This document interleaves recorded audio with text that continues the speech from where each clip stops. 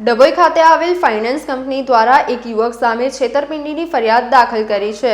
જાણવા મળેલી માહિતી મુજબ ડભોઈ ખાતે આવેલ મુથુટ ફાઇનાન્સ કંપનીમાં ડભોઈ ખાતે રહેતા દીપકભાઈ ભરતભાઈ ભોજવાણી 24/10/2024ના રોજ 19 લાખ રૂપિયાની ગોલ્ડ લોન મેળવેલ હતી। ત્યારબાદ આ દીપકભાઈ ભોજવાણી દ્વારા બીજી ગોલ્ડ લોન લેવા માટે તેઓનું સોનું ICICI બેંકમાં છે, જે ગોલ્ડ ઉપર તેઓને રૂપિયા 12,82,000ની લોન મળી શકે તેવું જણાવી ICICI બેંકની રિસિપ્ટ તથા સ્ટેટમેન્ટ આપ્યા હતા અને તેઓ લોન માટે bank transfer form take over જાતે ભરી તેમાં સહીઓ કરી અને જરૂરી દસ્તાવેજો આપી અને બેંક ઓફ બરોડાનો ચેક આપી સહી કરેલો ચેક આપ્યો હતો। ફાઇનાન્સ કંપનીને પાકો વિશ્વાસ અને ભરોસો આપ્યા બાદ બ્રાન્ચ દ્વારા લોન મંજૂર કરી 28/10/2024ના રોજ દીપકભાઈ ભરતભાઈ ભોજવાણીના બેંક ઓફ બરોડાના ખાતામાં RTGST 12,82,000 ટ્રાન્સફર કરાવ્યા હતા। ત્યારબાદ વારંવાર આ દીપક ભોજવાણી પાસે મુથુટ ફાઇનાન્સ દ્વારા 275.9 ગ્રામ સોનુની માંગણી કરવામાં આવતા વારંવાર બહાના બતાવીને છટકી જતા હતા। તેઓએ આજ દિન સુધી ICICI બેંકમાંથી